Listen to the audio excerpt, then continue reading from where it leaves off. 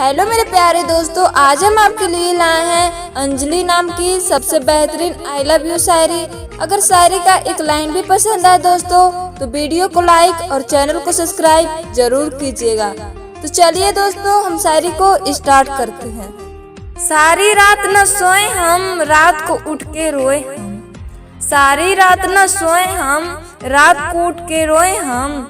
बस एक बार मेरा कसूर बता दे, बस एक बार मेरा कसूर बता दे कि इतना प्यार करके भी क्यों ना हुए उसके हम। इतना प्यार करके भी क्यों ना हुए उसके हम।